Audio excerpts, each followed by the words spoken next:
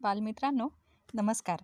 गमभन मराठी भाषा कार्यशाळेच्या आजच्या गोष्टीत तुमचं सगळ्यांचं खूप मनापासून स्वागत. मित्रांनो, तुम्हाला माहिती असेल आपल्याकडे आकाशामध्ये ध्रुव तारा बघायला मिळतो.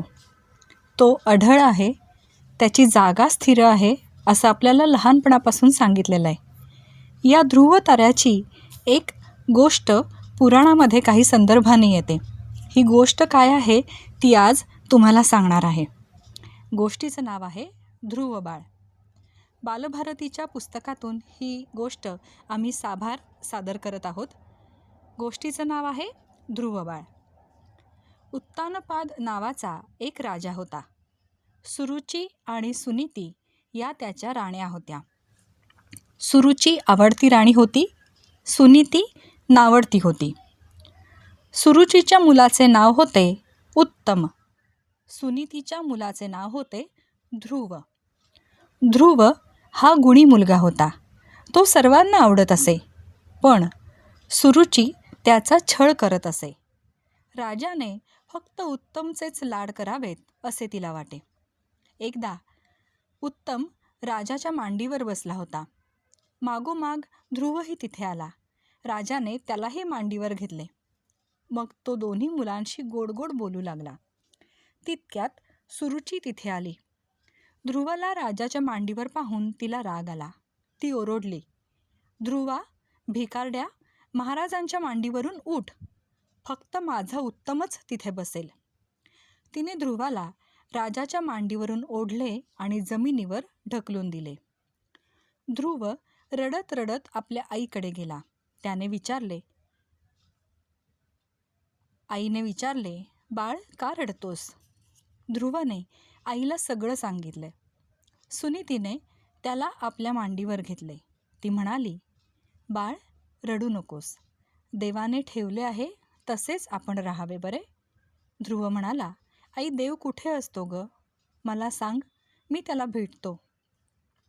सुनीती म्हणाली, देवाला भेटण्यासाठी फार मोठे तप करावे लागते. तू तर लहान आहेस, तू तप कसे करणार? ध्रुव लहान होता पण निश्चयी होता. तो म्हणाला, आई, मी भीत नाही. मी कोणतेही मोठे तप करीन. मी देवाला भेटेनच. ध्रुव निश्चयाने राजवाड्याबाहेर पडला. रानात गेला आणि एका झाडाखाली बसला. त्याने अन्न घेतले नाही, पाणी घेतले नाही. डोळे मिटून तो देवाचे नाव घेऊ लागला. असेच कित्येक दिवस गेले. ध्रुवावर अनेक संकटे आली, परंतु त्याने तपश्चर्या चालू ठेवली. अखेर देवाला या बालभक्ताची हाक ऐकू आली. देव ध्रुवासमोर उभा राहिला आणि म्हणाला, ध्रुव बाळा, डोळे उघड. मी तुझ्याकडे आलो आहे. तुला जे पाहिजे ते माग.